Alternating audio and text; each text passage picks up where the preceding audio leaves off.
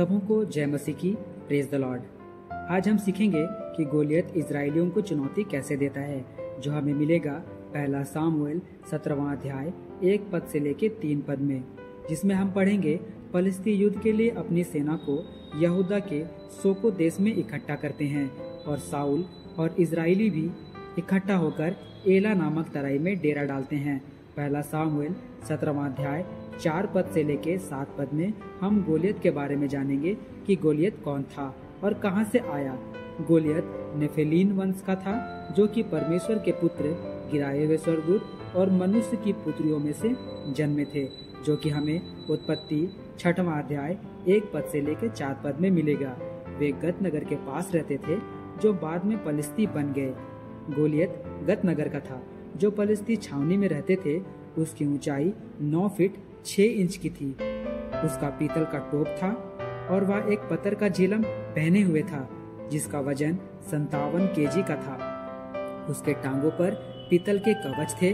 उसके कंधे पर बर्छी बंधी हुई थी। उसके भाले की छड़ जुलाही की डोंगी के समान थी। उसका भाले का वजन 7 केजी का था और बड़ी ढाल लिए हुए एक जन उसके आगे आगे चलता था। आगे हम पढ़ेंगे, गोलियत इजरायलियों को ललकार कर कहता है कि अपने में से एक पुरुष को चुनो। अगर वह मुझसे लड़कर मुझे मार सके तो हम तुम्हारे अधीन हो जाएंगे, परंतु मैं उनको प्रबल होकर मारूं तो तुम हमारे अधीन होकर हमारी सेवा करनी पड़ेगी। पहला सामुएल 17वां अध्याय 13 पद में हम पढ़ेंगे कि यिशै के 3 बड़े पुत्र साउल के पीछे लड़ने को गए थे और दाऊद बैतुलहम में अपने पिता की भेड़ बकरी चराने को साउल के पास से आया जाया करता था।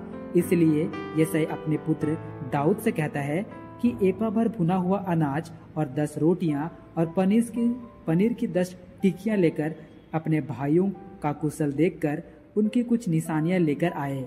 इसलिए दाऊद सारा सामान लेकर अपने भाइयों के पास चला जाता है और तभी गोलियत पहले के समान बातें कहने लगता है।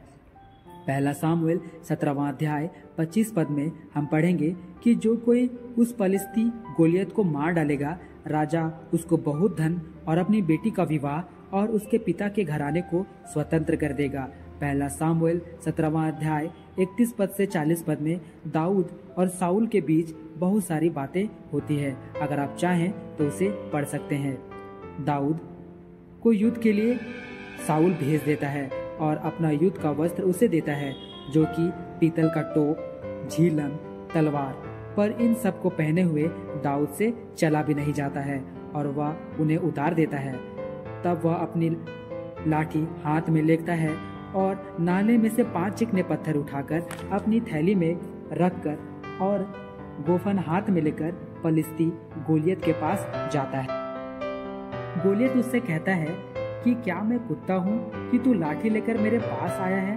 फिर दाऊद उससे कहता है कि तू तो तलवार और भाला और सांग लिए मेरे पास आता है, परंतु मैं सेनाओं के यहोवा के नाम से तेरे पास आता हूँ, जो इजरायली सेना का परमेश्वर है, जो कि हमें मिलेगा पहला सामुएल 17वां अध्याय 43 पद से लेके 47 पद तक। जब फलिस्ती दाऊद के पास आता है, तब दाऊद दौड़कर अपनी थैली में हाथ डालकर उसमें से एक पत्थर निकालकर उसे गोफन में रखकर फलिस्ती के माथे पे मारता है और गोलियत मुंह के बल गिर जाता है और दाऊद फलिस्ती गोलियत के ऊपर चढ़कर तलवार से उसके सिर को काट डालता है और उसके सिर को यरूशलेम में ले जाता है।